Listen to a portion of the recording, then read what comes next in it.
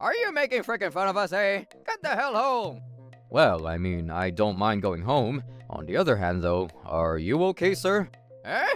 Trouble Busters! Hey, folks, I'm Thomas, and my occupation is quite literally anything. I'll really do whatever I can. A jack of all trades, if you will. Sometimes I look for a little lost kitten. Where are you, Misha, darling? Your lovely owner is worried. Sometimes I clean buildings. Whew. As I thought, though, large companies have insanely big rooms. Even installing air conditions is a piece of cake. Yes, it's finished. On the surface, my title is CEO of Sir Thomas Jack Limited Industries, a company that does anything and everything. But I'm the only employee.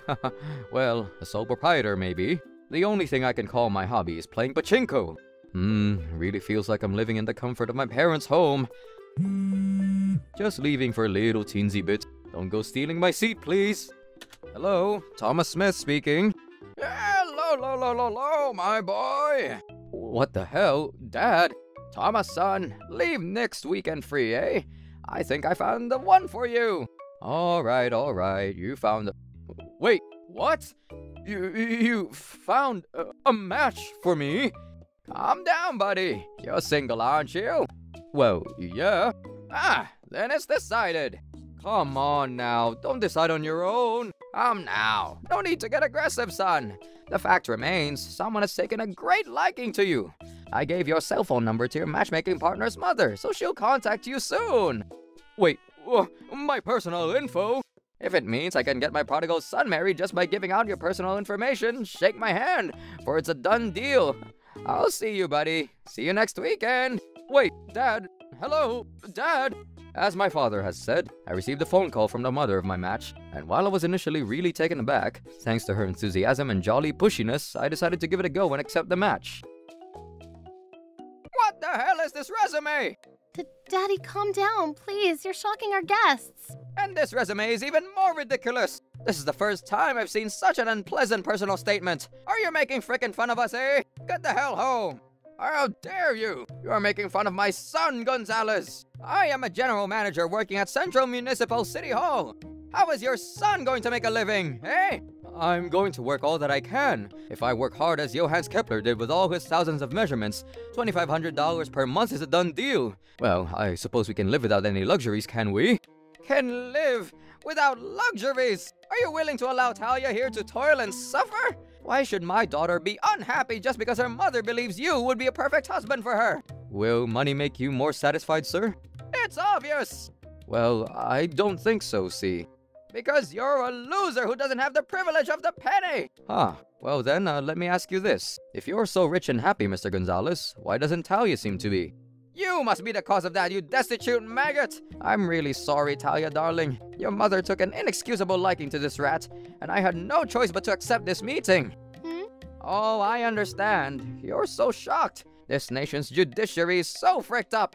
Despite the overwhelming difference between me, an elite civil servant, and the people in front of me, the difference is overwhelming. It seems that these people have the same red blood as I running through their veins. Surprisingly, it seems God is not very considerate to his children.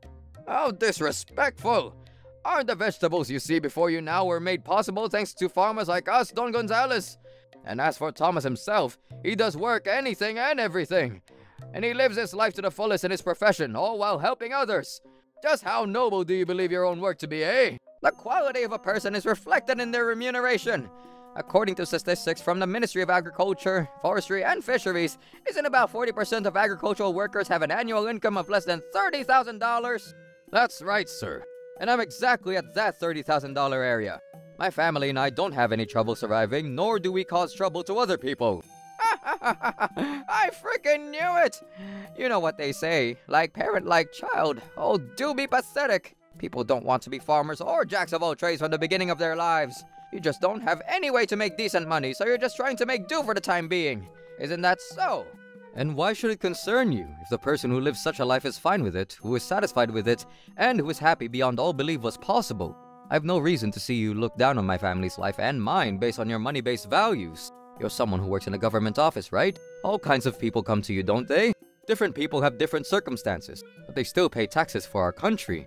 There's no superiority or inferiority there. As the name suggests, it's a paid-by-blood tax. We've done our jobs by cutting our time by every second, every minute, every hour, month, and year. Don't go about measuring people by your sloppy yardstick, you bastard. My.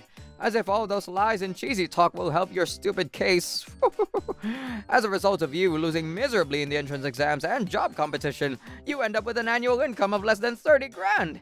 It's only natural that people who don't get results like us, the elites, will be laughed at and to be trampled upon. If you don't like that life, rise up, men! That's not strength by any means. Damn, are you seriously older than me? When I think about it, I want to cry, damn it. In my job in Jack of all trades, I meet a lot of different presidents of a lot of companies, you know. While they're far richer than you, they're far kinder too. And here we go! When people can't assert themselves against an opposition too overpowering, they insist on the legitimacy of their existence by pulling others into the argument. I'm just saying that everyone has their own values about happiness and existence, so don't arbitrarily rank them or look down on them, eh? Just because we can't compete with you doesn't mean we're actually fighting against you. A battle cannot be fought unless both parties are at the same level. If I'm the wolf here, both of you are lambs. Am I clear? This is no good. This prick doesn't understand anything. His prejudices refuse to leave his mind. Too much like dried up stiff spaghetti that simply refuses to leave the skin of the plate. A will of steel indeed. So, now what? Are you still going to go through with this? Well, it seems like most of my work is done now, so that's fine. But on the other hand, are you okay, sir? Eh? Waitress! Oh, waitress! Number one, if you please. Huh? Number one? Hey, this isn't a cabaret club. Wait. Coming, sir. Huh? Initiate door slam. Unforgivable. Trouble busters initiate. Ah! Kira, darling! I could hear every single damn word from the room next door, Henry. Thalia! Wait, what? What is all this? What's going on? You said you couldn't attend today because of an emergency! Well, I'll explain that right away. First of all, Mr. Thomas Smith, thank you for your cooperation today. Splendid job. Hella great job. Just doing my job, ma'am. Your job? At this point, I revealed the details of my job that day from Mrs. Keira Gonzalez, the mother of my arranged partner, Talia. Originally, this arranged meeting was a blueprint drawn by the mistress, Mrs. Gonzalez herself, in order to measure the degree to which her husband, Henry, to which he had healed from his tendency to prioritize academic backgrounds and neglect unfavorable choices. Oh, and by the way, Talia was already aware of the true purpose of this arranged meeting. Daddy really did a great job at being a bastard. You really got guts to say such disrespectful things to people. You have no idea how much I wanted to defend Mr. Thomas and Mr. Charles. Oh, thank you, ma'am. Hey, Thomas, why didn't you tell me that this arranged meeting had a hidden purpose like that? I was afraid that if everyone was the initiator of this ruse, the atmosphere would look contrived or preordained, sir. Charles, sir, I'm very sorry for getting you involved. You don't have to apologize, Mrs. Gonzalez. It's also my father's fault for forcing the arranged meeting without respecting my own wishes as his son. Well then, honey? Yes, ma'am! I told you, right, that under no circumstances, no matter where you are, you do not make fun of other people's educational backgrounds and occupations. Yes, you did, dear. Miss Thalia. You call me Thalia, Thomas. Well then, Thalia.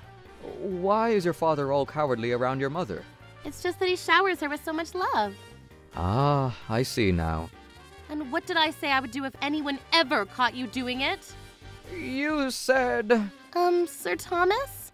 Yes, Thalia? You're so close to me. Scooch over, would you? My mistake, ma'am. I told you I would divorce you, didn't I? It became a huge burden for us all, remember? Yes, ma'am. A huge problem, ma'am.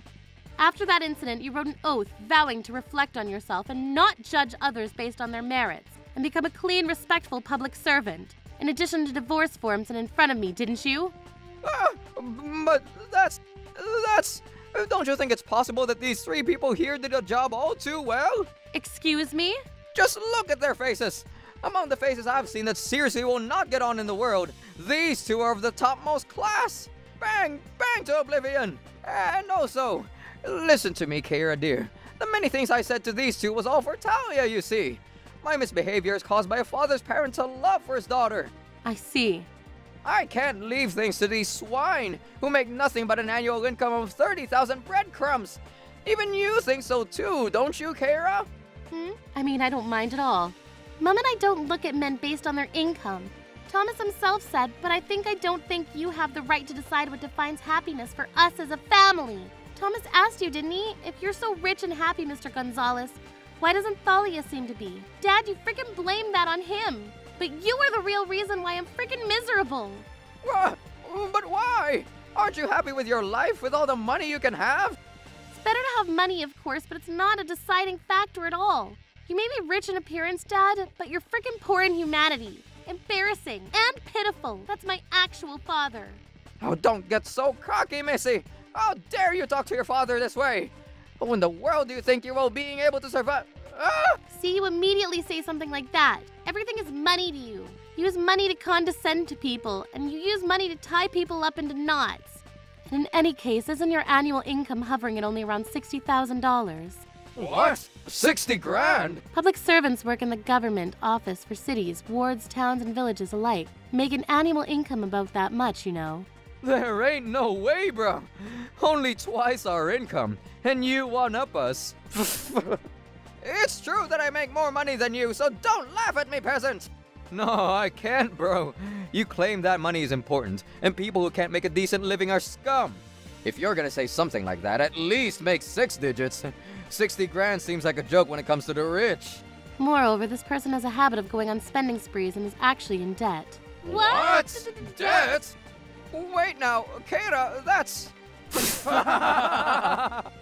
Daddy, are you actually in debt? Keira, I thought we agreed we wouldn't tell anyone. I didn't make that promise, and I think it's unfair not to disclose that you owe money. You must be kidding.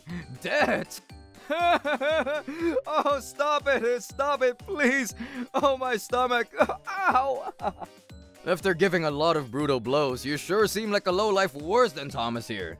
May I present Sir Henry One-Upsminskin Walker-Smile Detterman. Shut up! My debts are different from the debts of the lowest class people because they're honorable. Nah, man. There's no damn superiority or inferiority when it comes to debt. Debt is debt, period. I see now. Are elite civil servants with university degrees incapable of managing money? If you want me to, I can give you a lecture on how to avoid debt. Shut up! Enough of that broken Yankee accent! Bruh, if you have time to worry about us, wouldn't it be better to stop your wife from declaring divorce against you, Mr. Debtor's servant? The point is, the reason I slapped these two so hard was all for Thalia. No more, no less. And not to mention the fact that even after Mom appeared at the scene, you've continued to display your foul-mouthed behavior. Pathetic indeed. I guess you really want a divorce, Okay then. No, this is another habit of mine. You look down on people so much it becomes a habit. Huh. Enough making excuses, Mr. Henry Gonzalez. Why did I warn you not to look down on others so much, even making you fill in a goddamn divorce forms? You don't seem to understand, do you? I do know. It's because you don't like that kind of thing, right?